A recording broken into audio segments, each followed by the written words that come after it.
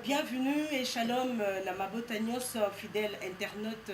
Il y a chaîne chrétien Tolo Nassé. C'est l'émission Rien que la vérité, l'émission qui est animée par la journaliste Ruth Moussamba. Je vous propose encore le même sujet autour duquel Tosolo Laki la fois dernière. C'est bel et bien le sujet Bonzambé. To business na Katia Église de Réveil. Alors aujourd'hui nous avons encore un honneur et le plaisir de recevoir un homme de Dieu avec qui nous aurons échangé autour de ce sujet. En fait, il s'agit bien de prophète John Ngefa. Mais peu avant, tout quand on a vif, il y a un sujet Nabiso.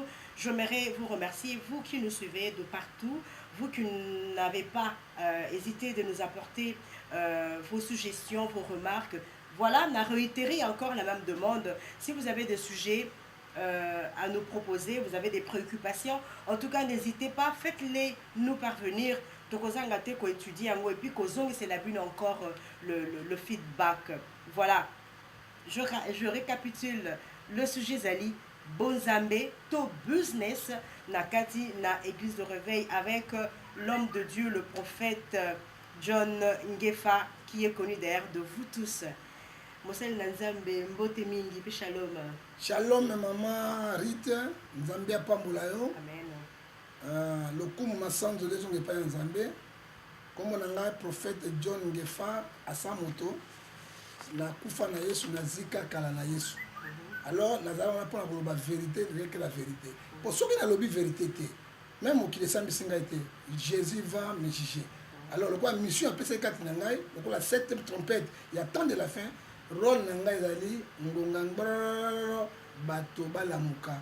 Et puis Éphésiens azoé bisabiso na 4 na 5 verset 10 elle dit toi qui dors réveille-toi, l'Éternel t'éclairera. Donc nous sommes là pour éclairer les enfants de Dieu qui sont perdus par l'intelligence de Pelengendu, qui sont perdus par l'intelligence de Frondondo, je sais dire même. Nous sommes là pour les défendre. Voilà, il est déjà chaud, il attaque des sujets, il attaque des termes, pour expliquer ce terme. Mais d'abord, nous vous remercions, prophète, et qu'on a coupé sa biso avinayo, na quatre émissions concernant ce sujet où ils ont faire couler beaucoup d'encre. Ils ont préoccupation au monnaie les quatre na ba fidèles et puis quatre même na ba païen au bazar même na quatre na banda au bazar ba que na coquin d'église parce qu'il y a ceci parce qu'il y a ceci cela entre guillemets. Prophète, tout ça la question tolingi to posé yo la première question c'est différence unique et ça coexister entre l'église corps du Christ ou bien église universelle na église autobengi église locale. Bon, tu vois le corps du Christ c'est l'isanga ba na Zambie. Oyo basanganaka toyebi Seigneur kaka moko sauveur moko abenga yango église corps du Christ yango Christ ayaki mpona kobala église na ye église na ezali nini biso na yo to défendre réalité liloba ya Nzambe et dit commandement de Dieu. Alors église universelle ezalaki église ezalaki na Ancien Testament église wana etambolaki na liturgie moko exemple lokola l'église catholique ezali ko église universelle. Parce que les catholiques sont partout dans le monde. Soit les catholiques ont dit tous ensemble la Maria, le sac, Tony Grâce, Bakolo, le monde entier. Même au fond, il y a village, au bout de Maria, le sac, Tony Grâce, Bakandizidor. Au bout de Maria, Boyango, Nyanganza Komba. Au bout de partout. Au bout de liturgie, moko, bana mokonzibo, moko, bazolanda liturgie na bango. Là, l'église locale. Et ça, l'église, ils sont là pour Jésus, mais tout ça, a des doctrines différentes. Alors, tout ça, a des doctrines différentes. Bon, il y a une liturgie na bango, bon, il y a une liturgie na bango, bon, il y a tantôt, je me souviens de la personne le 25 décembre, d'être dans l'église locale. Tu as vu le 25 décembre, il y a saboté, l'église locale, le 25 décembre, parce qu'il y a une date de Jésus. Mais l'église universelle, le 25 novembre, décembre, Jésus a botamaka. Différence, c'est dans la liturgie. Mais tout ça, c'est moko. Mais liturgie, c'est que c'est le même Dieu. Même Dieu. Alors, l'église de l'Obédience, l'église locale, on a expliqué locale, l'église de l'Obédience, l'église de réveil, l'église pentecôtiste. Alors, pour tout quand on a tout expliqué, d'où vient l'église de réveil? Ça, le bateau, bateau, et bayangote. On a dit, dans 70 semaines à Daniel. Oyo Nzambe alakisaki Daniel makambo eza na époque na ye kino koya na Yesu. Et après ça qui biso 70 semaines à Daniel. Et Kabola qui a 3 étapes. Hein? Tout ça qui a étape et à Liboso 69 semaines. Hein? Et ça qui pour la construction et puis na établissement à Jérusalem comme une ville sainte. Na 7 semaines éticales, ça fait 49 ans. Et ça qui 7 villages de l'église qui ont fonctionné. Na 7 villages de l'église qui ont fonctionné. Tout ça qui n'a l'église Sambo qui ont fonctionné. Pour le moment d'attente de la fin, l'église n'y sont mis à nous et ça ont fonctionné. Tout il y a 2 églises qui ont fonctionné. Et ça l'église Philadelphie, na l'église Laodicée. Alors l'église Sambo tu as bien le temps de la grâce. Tant que tu as sikoyo, ils attendent de la grâce. Hein? Et puis la grâce est ton prêtre. Tu écoutes l'église à Liboso, Éphèse, église apostolique. Parce que la Bible était Éphésiens chapitre 2, verset 20, nous sommes fondés sur les enseignements des apôtres et des prophètes. Alors, et tout la mission était nini, tozali na église ya Éphèse. Otomoni yango, bantomande, banmaki yango. Tokamati na deuxième église, tokamati Simine. Hein? Simine, otobenga yango nini, église oyo ezali na kati na temple ya diable. Oyo ezokoleye kati na yango. Hein? Oyo tozali tomona yango na kati na monde pe na mokili. Dans la 3e église, hein, on va Pergame. Pergame, c'est l'église de l'État. Hein? On a dit l'État, ils ensemble, na catholique, hein, pour nous repérer ça, on a dit César, ils ont fonctionné directement na église. Alors, dans l'église, il y a mita, il y a Motoba, il y a Sardes. C'est là où protestants bimi. Hein, église de réforme. Sardes, c'est église de réforme. Protestant qui Koulouse, na Bakanisidor, na Koulouse, na Yesu Ekeko. Alors protestant aboyaki ko sambela bawei, protestant aboyaki bilo comme ça dit dehors la Bible, ya bibendi abengi yango église Sardes, église de réforme. Nde okakani protestant. Éphèse wana zoka église Pergame, église catholique. Alors bavandi tango abimi Sardes, toi contre Tiati. Hein? Au lieu na Tiati, au lieu sikoyo bonzambe ou bien mokonzi église, donc pape a gouverné mokili. Non, c'est l'État qui vient le chef de l'église oyo dicté yango. Maintenant souka nango oyo tuni yango, to zona d'église ni balé zo fonctionner sikoyo. To zona église otobengi yango Philadelphie, église Saint-Esprit. Otobengi église pentecôtiste. Otozomona lelo moto na on fait un déjà miracle yango wana. Na kati pe yango na église yo ya suka tozana l'Odyssée. L'Odyssée c'est la sanini église église moko apostate. Otozomona bazo bisa banguma na nzoto ya bato, bazo misaka liso maki, bazo salaka biloko boye, banganga kisi, balongwe na bonganga kisi, bazongi na kati église. Yango ezola sanini 5 sages femmes na 5 sages folles. Yango bazo ko telema na temps de la fin, bazo zela Jésus ye moko aya pour okamata église na ye. Alors bato ba yebate église de réveil et bimi église pentecôtiste, hein, on va bengi yango Philadelphie. Oh, ils ont réuni le ah, on a tant de deux sortes d'églises, ils allaient le Philadelphie et puis dans une église Laodicée. Et donc c'est là jugement, il y a Yesu aya pour ressemble cette église là. C'est là et c'est l'église de réveil oyo kabimi ou une église ya Molimu et bimi wana. Voilà, alors le col à Tozali colobela sur les églises de réveil, au Pessibiso, source là, origine, l'église de réveil, prophète. L'église de réveil. Est-ce que ils ont vraiment la grande importance, il y a côté à brandir miracle ou délivrance la casse église de réveil? Non, effectivement, Bible, c'est notre constitution. On doit suivre notre constitution. Ce qu'on dit, ils vraiment bien en français qu'on brandir. C'est pas français.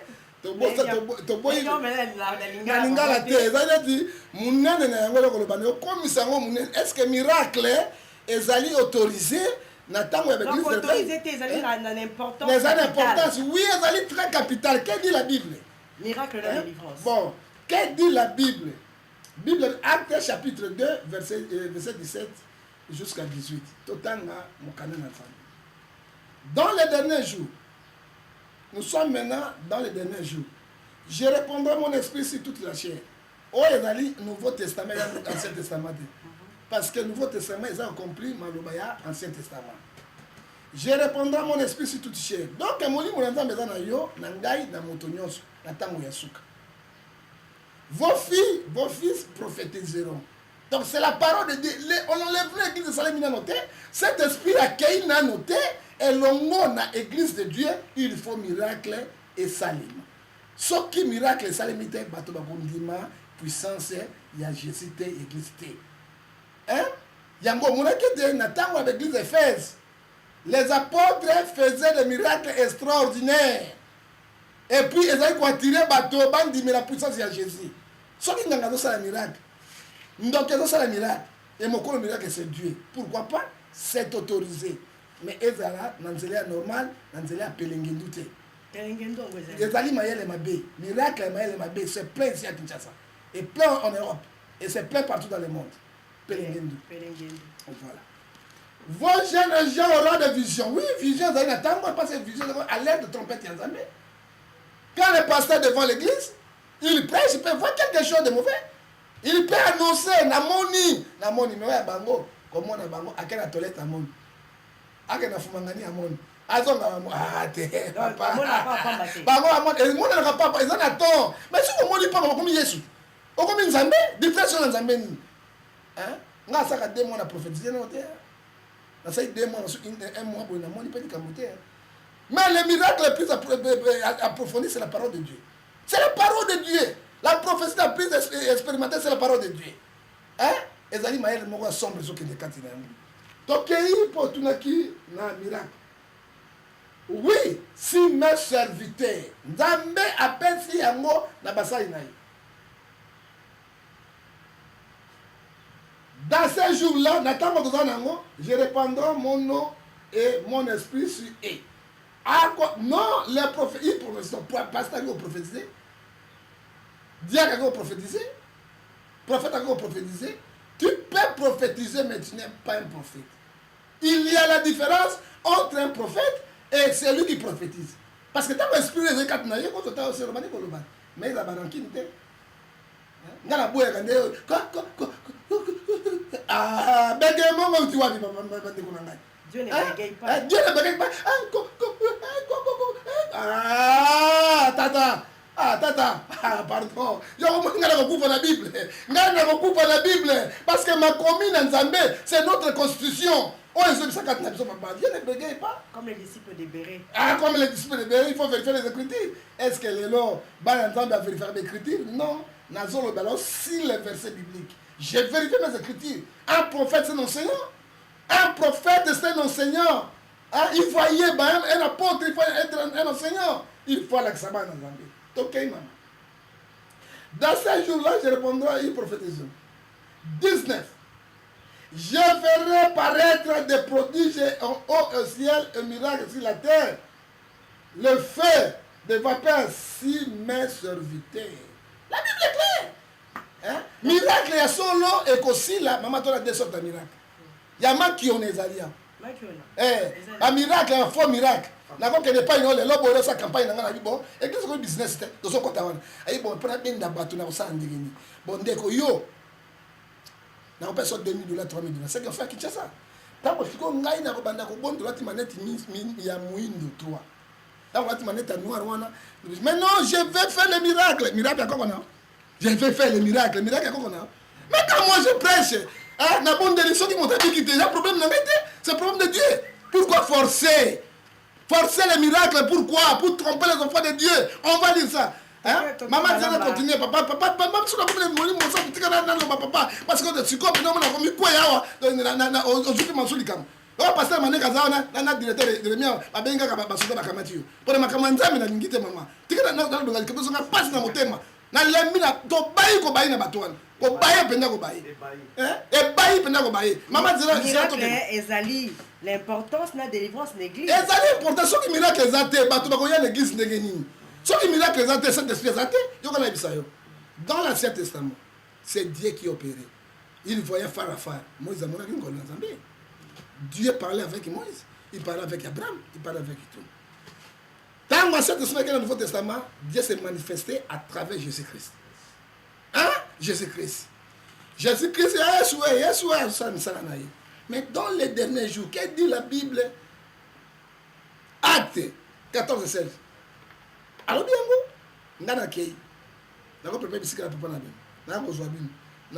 je vous laisserai le Saint-Esprit.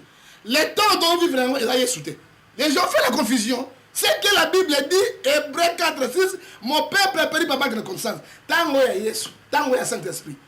Hein? Et Saint-Esprit, il vient avec le miracle. Bon, le miracle, Alex Sabatoete, il y a il y a temps de la fin.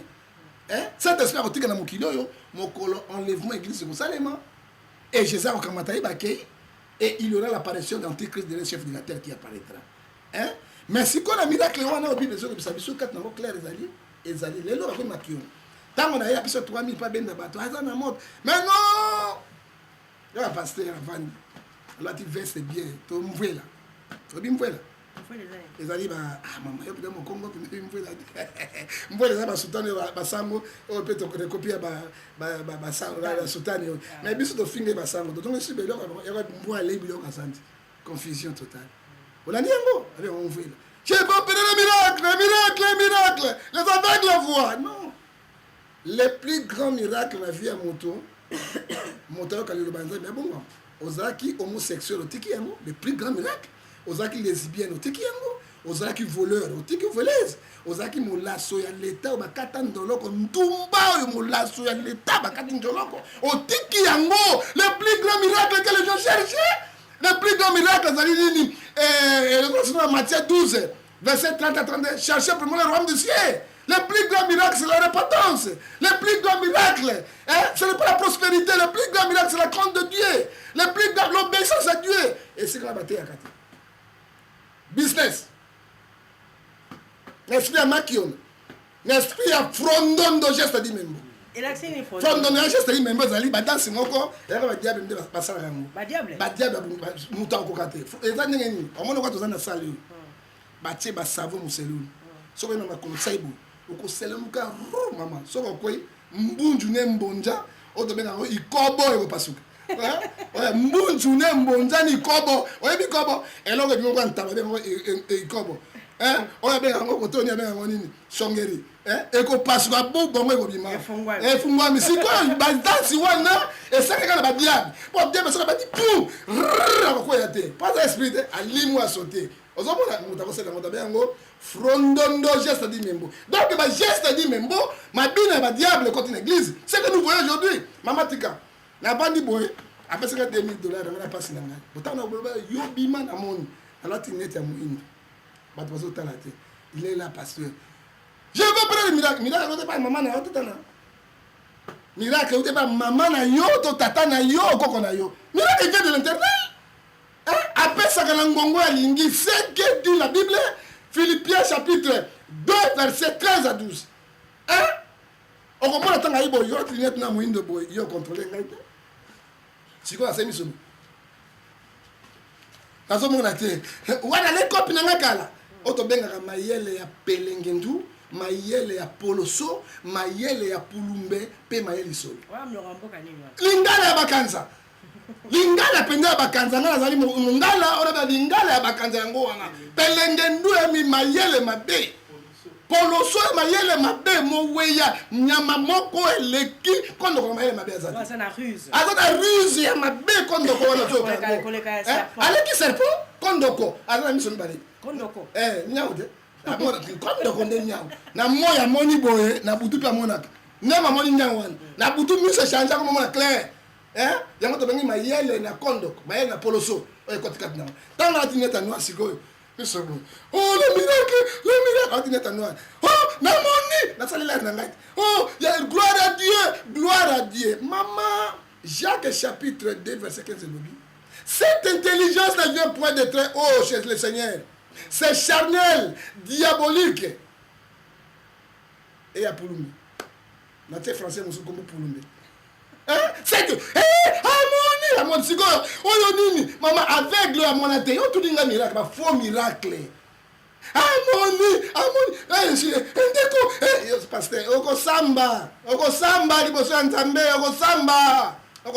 il me dit mon bateau, agresseur criminel, spirituel, okosamba yo pasteur mama tikana loba mama couleur nini avec la mona raté ayebi rouge était ayebi noir était couleur nini oh couleur pembe attends vous-même avec la mona raté couleur pembe ba miracle ngoyo oye bomi corps de Christ ya miracle batamoni azana moto bato ndikuna eza batombo franchi ils ont failli à leur mission. Que dit la Bible? Jacques chapitre 6 verset 1.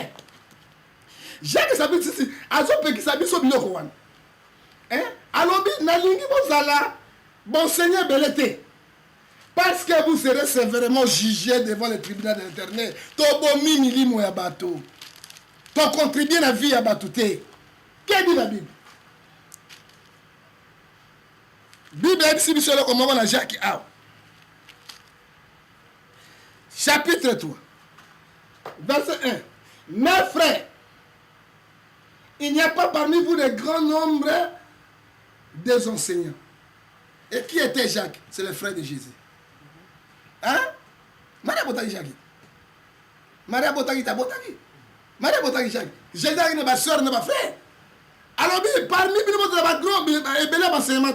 car vous avez tous être jugés sévèrement devant Dieu, vous avez détruit les âmes de l'Éternel. Bon, prophète, tu continuer quand ce qui n'a le temps. Alors, le miracle, que le miracle est permis et puis c'est important dans la vie à moi, l'Anzambe. Répondre à Moukousse. Moi, l'Anzambe, je suis dans l'église Moko et que mon miracle, mon côté de la vie, a eu délivrance. Vous avez parlé de l'enlèvement. Est-ce que, à comment on a Jésus, tout le monde a Jésus?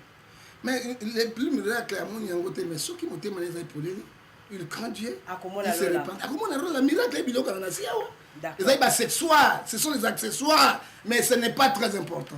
Parce que le plus grand miracle, c'est Jésus lui-même. D'accord, tu continues. Comment reconnaître le miracle authentique? Miracle, il y a solo. Le miracle, le kuta. Comment faire cette différence? Quand la vandia, vous avez un problème, vous avez besoin que monde a le beau qu'on na moni soit la télévision, lancer un message à campagne mode d'évangélisation, ou bien il y a séminaire, là, soit un tract là. Je me retrouve na problème mon qu'on a non j'ai besoin à comment le beau qu'on dans le bien qu'il y a une église voilà. Dans une église voilà c'est que Dieu a fait la bande de commission. Anga zanga ki bon, anga zaki malade, anga zaki na problème mariage, j'ai eu le mariage, anga zanga ki mabota, anga zanga ki musala na zui. La bien non, je peux aussi aller ko découvrir au bande ko ba découvrir. Et ça na ngoma bete pasteur prophète. Ils ont ma bete na komi kuna. Na koyeba ndenge nini que o bande ko ba lobi ba zui wana. Et ça le vrai ou le faux. Comment faire la différence entre le vrai miracle et le faux? Merci beaucoup maman. Bible ebisi biso na Matthieu 24 verset 11. Parce que les missions chrétiennes, et sur Matthieu 24, et le comoko est très important. Matthieu 24, verset 24. Qu'est-ce que dit la Bible? Quand il se verra parmi vous les fous Christ, Christ est le kuta et les faux prophètes. Aujourd'hui, nous avons 99% de faux prophètes dans le monde. Donc, c'est 1%. 1%. Namoni brésilien moko, toujours répondre na poto. C'est la délivrance miracle. Azod misa escrago na vagia mwasi. Na bengi mwasi na na bia rotal. Escrago. Wana brésilien. Brésilien. Azod misaï. Moi, c'est Alali, j'ai dit à maman, faux. Les vrais miracles, ça ne se voit pas l'œil nu. La vraie délivrance, ça ne se voit pas l'œil nu. Jean 3, verset 17, Dieu est esprit, il opère avec esprit. Les choses spirituelles, ça ne se voit pas l'œil nu comme ça, ma chère. Tu es bien dans la kiss. Tant que tu es là, tu as papier, tu as commis pigeon. Toi banganga kis magicien bakamati mabele ba voki en comme secret tolia ba sardine na. Ce sont aussi les miracles. Et c'est pas vrai miracle. Non. Les faux prophètes. Ce que dit la Bible Matthieu 24 ils sont là. Les alliés d'Antéchrist. Hein? Et que dit la Bible, maman? Ils feront des grands prodiges de miracles. Miracle tout le monde. Barosala bikamo ebele. Au point de séduire même possible les élus de Dieu. Bako pengo sabana nanzani. Bana nanzani bazo kana l'église pour na kosambela te, bazo na ba faux miracle. Est-ce que ça ba peso bala comme ça les bon moment seko? Bon tu la libéra. Hein? Ako tu la tenda basali, so que otamoli conformément à la volonté de Dieu na koto sa maman okozwa mobali. Nzambe ko peso mobali ya bien. Bon kasi na mboka o na Congo ba serba otama ko banga Nzambe te. Mais ba otula. Baba otula Marina Marthe mobali ba bela sangini. Bon père ezaki vocation na bango. Mais vocation na bango bala ki pete basutaki ba evre Nzambe. Ba ezaki vocation mutu mo ça li fait la célibat. Sœur azoluka libala. Mais sœur asali catholique basango na ba mère. Ba ça qui veut na célibat. Mais sœur azoluka libala na mwinda na kati église asali veut. Mais ça mbela Nzambe aso. Nzambe akopesa mobali aso mais bino ko kalito. O mono na lela kaka. Mobali asi motema na ngai azokisi motema na ngai makili anzo dépendre sérieusement Nzambe atindi. Sérieusement Pour na moni pina mobali otela la kapongite yoka mobali nyoka vipère eso ka moni maman ngalo lipeni na milak yo pe na ko bala yo ana basi da 20 mama kango da 20 yo ko ndela tuna Nzambe ya solo osoki na moni yo te sheri na ngai rit ndenge na lela yo ndeko tambola kuna lokola munde na poto mbisi na mana la kapongite alala kana ipongya yo kosa alala kana ipongya zo kosa yo mais au cas d'église kuna rodoraka ici so kubika madibana bon moina seko bango apiliaka te shobro kareke Nzambe non mama oya yo mokuwa Nzambe asangisaki yo soko bateli mibeko na Nzambe akuya pia uzana kimia okoyoka elengi eloko zoluka libala elengi libala ezali Gorbel na Dingwe Gorbel na John Cena bazo betra bibotu otobenga bibotu te eza eloko elengi.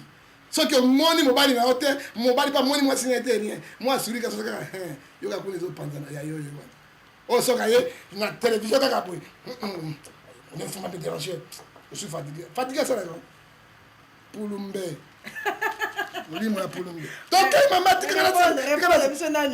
connaître les vrais miracles non le faux. Jésus a dit voici je vous annonce davantage vous faites attention les vrais miracles okoye baili boso na moto yazo sala pasteur notre prophète il faut ba état d'âme.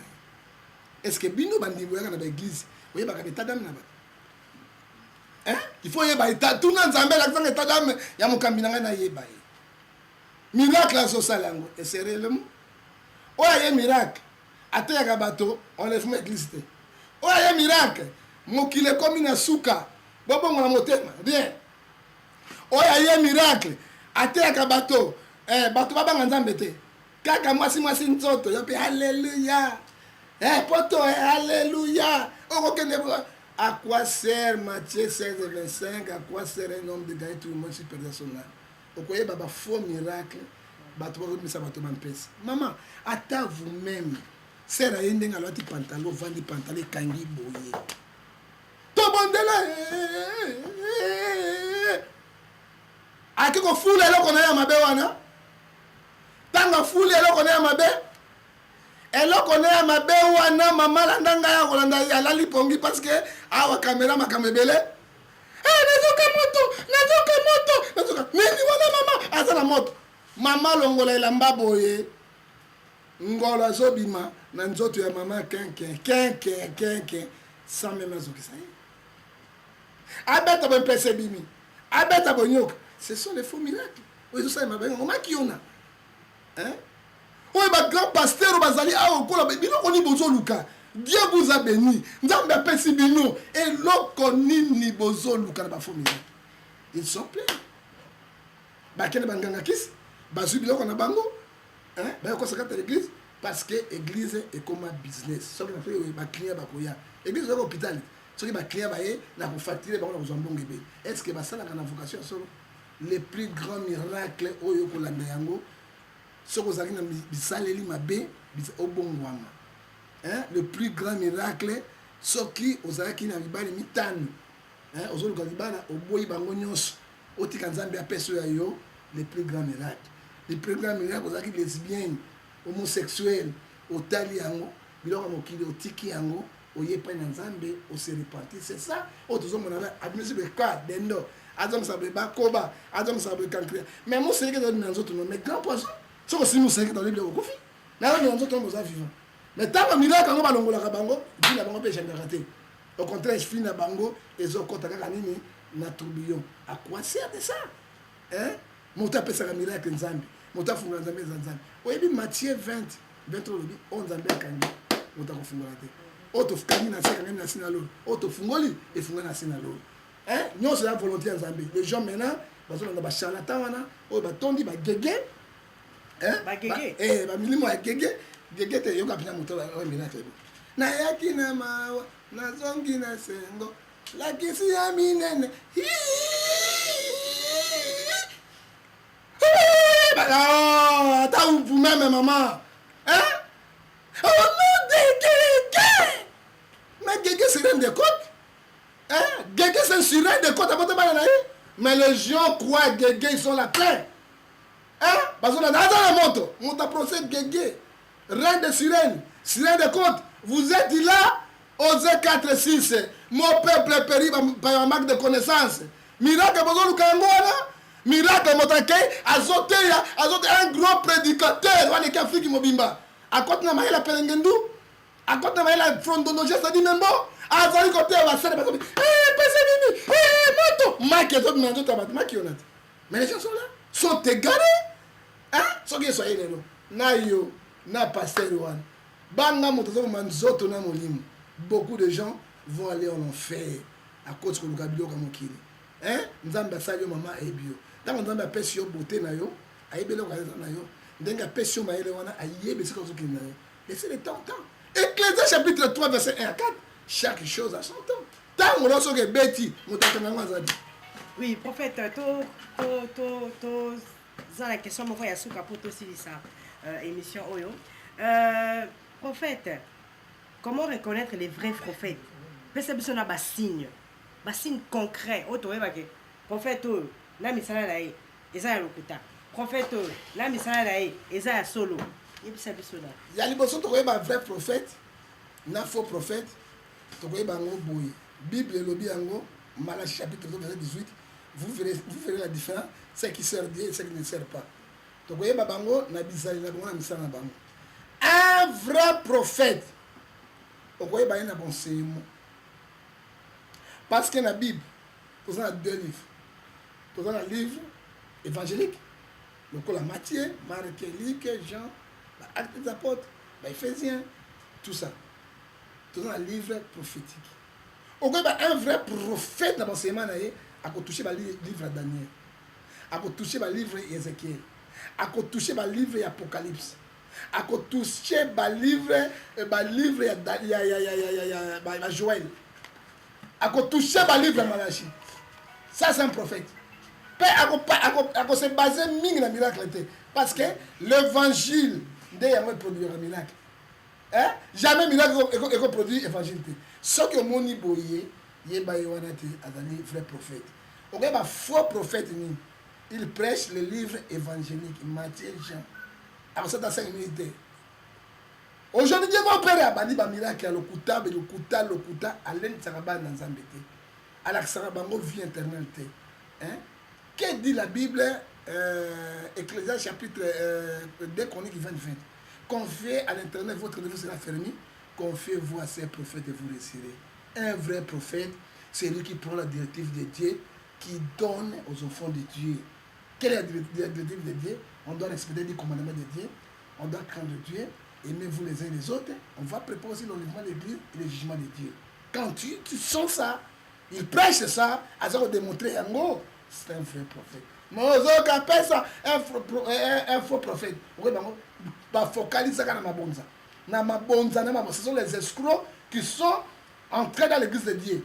Business, un vrai prophète, un faux prophète, a tiki makambo nzambe, à côté de makambo ya bad.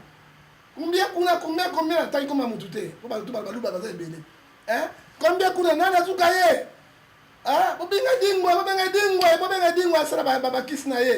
un faux prophète autre digne et toi un apôtre de Dieu un prophète de Dieu qui est le plus puissant mais la Bible me dit 1 Jean 4:4 ne vous ne craignez pas car notre Dieu qui nous serons nous servons, il est plus grand que l'air. Quand tu vois cela, un faux prophète. Et puis, pour la ressource, que dit la Bible?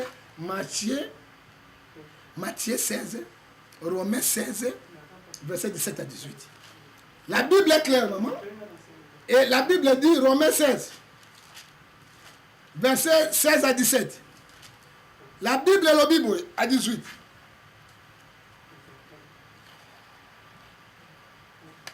Je vous ai exhorté, frères et sœurs, car ce qui cause la division et scandale dans l'Église, l'enseignement que moi je l'ai appris, enseignement Jésus qui n'a repentance, l'apôtre qui n'a repentance, qui donne un scandale. Moi si nous autres, ma bonne 20 fois, 15 fois. Hier, moi, je suis riche, dans ma campagne, mais les chrétiens sont pauvres. Les collaborateurs sont très pauvres. Alors, 10-15 cas, mais à Wewa, à ça, na Katina, ce sont les faux prophètes.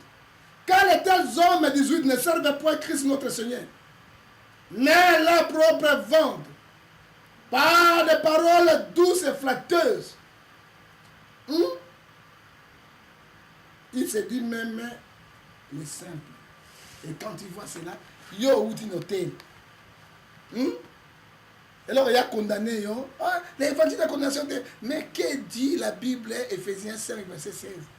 Condamner tous les œuvres effectuées du démon. Oui, bassine, oh le tangeli biso, oh, ils ont l'accent que. Ma passion va utiliser bassine, oh, il y a Bagorodo, faux prophète, Bakisi, quoi, bakoti na salata, parce que mibeko, pasteur, bazo sukola ga nzoto ya basi, so bakoni botika na sukola to libala, o sukola na mayo, ce sont des faux prophètes.